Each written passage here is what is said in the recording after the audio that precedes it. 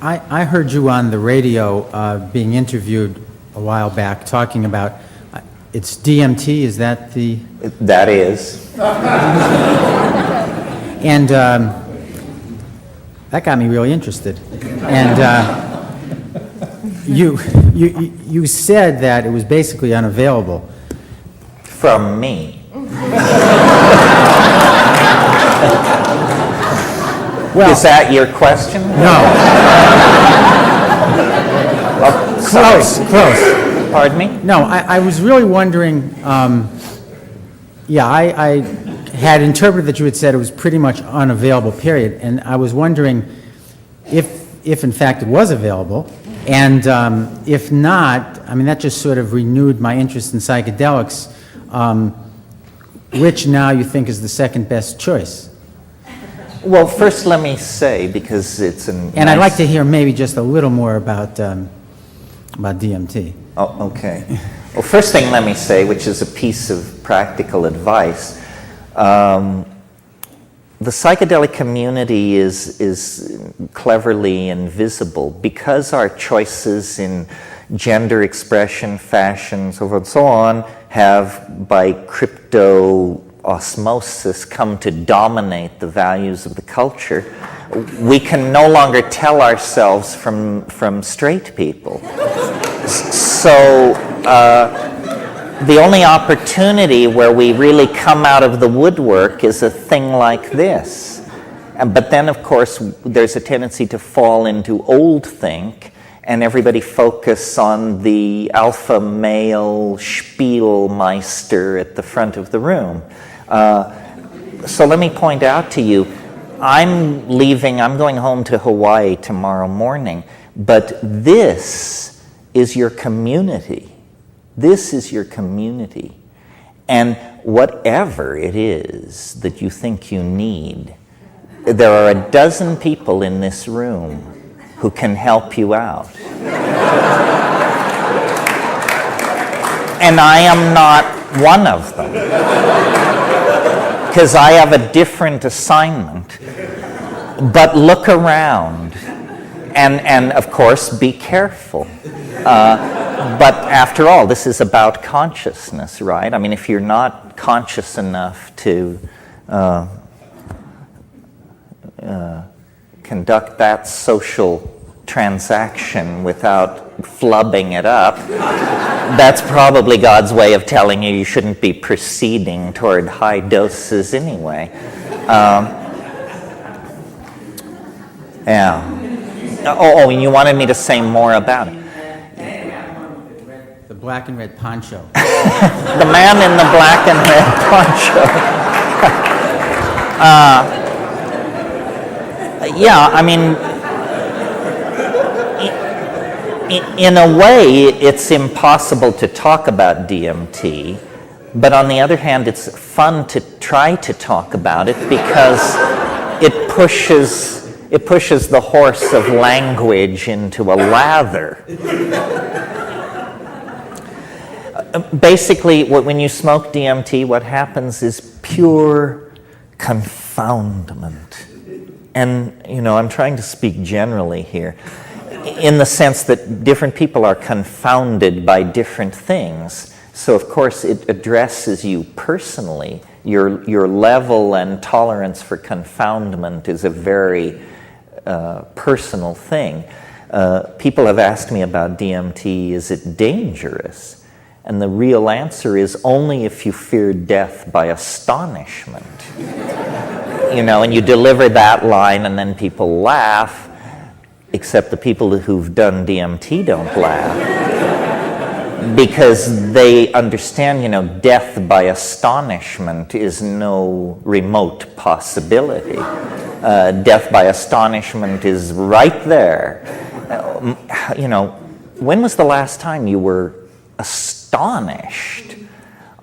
Unless I smoke DMT, it doesn't happen to me. Amazed occasionally.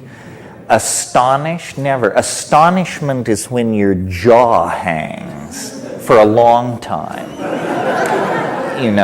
And DMT is simply confounding. Now, how could something be that confounding? I mean, you can imagine taking a drug and realizing that you should treat your partner better, or realizing that God really exists, or realizing that you should exercise more, or realizing that the planet is an organized intelligence. But how could something be as confounding as DMT is?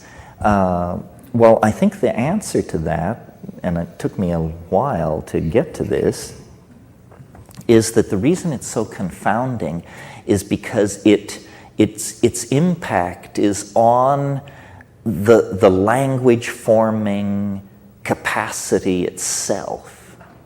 So the reason it's so confounding is because the thing which is trying to look at the DMT is infected by it, by the process of inspection. So DMT does not provide an experience which you analyze. Nothing so tidy goes on.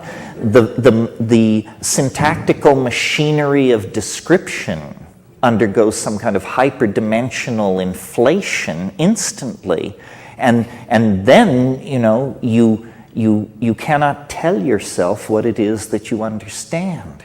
In other words, what DMT does can't be downloaded into as low-dimensional a language as English. And so you're like, I remember a B movie I saw when I was a kid, and it was set somewhere in Mexico, and there was a big swamp, and there was a dinosaur in the swamp, and at one point this campesino who encounters the dinosaur comes rushing out of the swamp, and the patron of the ranch is there, and this terrified guy is there in this serape, and he can only point to the forest and sort of make a croaking sound, and that's what English allows you to do with the experience of DMT. You just come down a sputtering mess if it works. You just come down saying, my God, it's not what I thought it was. This is after you've done it 20 times. It's not what I thought it was. It's not what I can think it is. It's something, and to me, it's a miracle, because my intellectual arrow and how I brought myself up in terms of all these things was, I am a rationalist, and I am interested in testing and verifying and proceeding to define truth by non-exotic means. In other words, no archangels, none of that. And as I matured intellectually, I began to eliminate mystery from the world. I'd look into some spiritual discipline, conclude, no, that's a bunch of crap. I'd go to some teacher, conclude, no, this guy is a weasel. I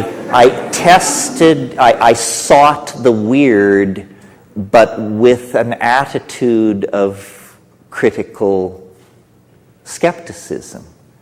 And I assumed blithely that with this flashlight, I would soon prove there were no elves out there in the darkness.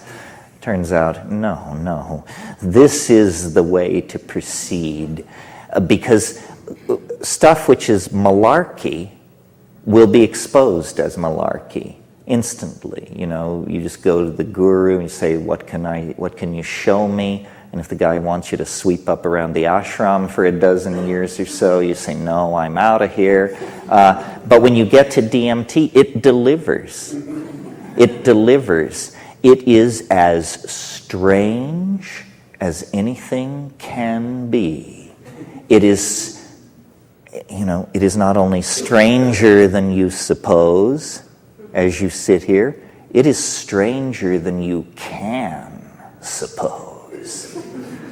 And what makes me wild about this is we're not talking about something that you have to go 500 miles up a jungle river and live with primitive people and study techniques for 30 years and control. We're talking about something which, if I had a pipe loaded with it in my hand, each one of you would be 30 seconds away from what I'm talking about. Well, you know, you've tripped, and yeah, you lived in Paris, and you went to Trebizond, and all these things, but nothing like this ever descended. But it's so near. You know, it's not attained by practicing tantric techniques or building up it's none of that. It's just near, very near. One toke away is this absolutely reality-dissolving, category reconstructing, mind-boggling possibility. And I feel like this is a truth that has to be told. I'm like the campesino running out of the swamp and saying, you know, over here, you know, the orange thing, do that. All right, that's enough about DMT. You got to take hold here. Thank you very, very much. Thank you.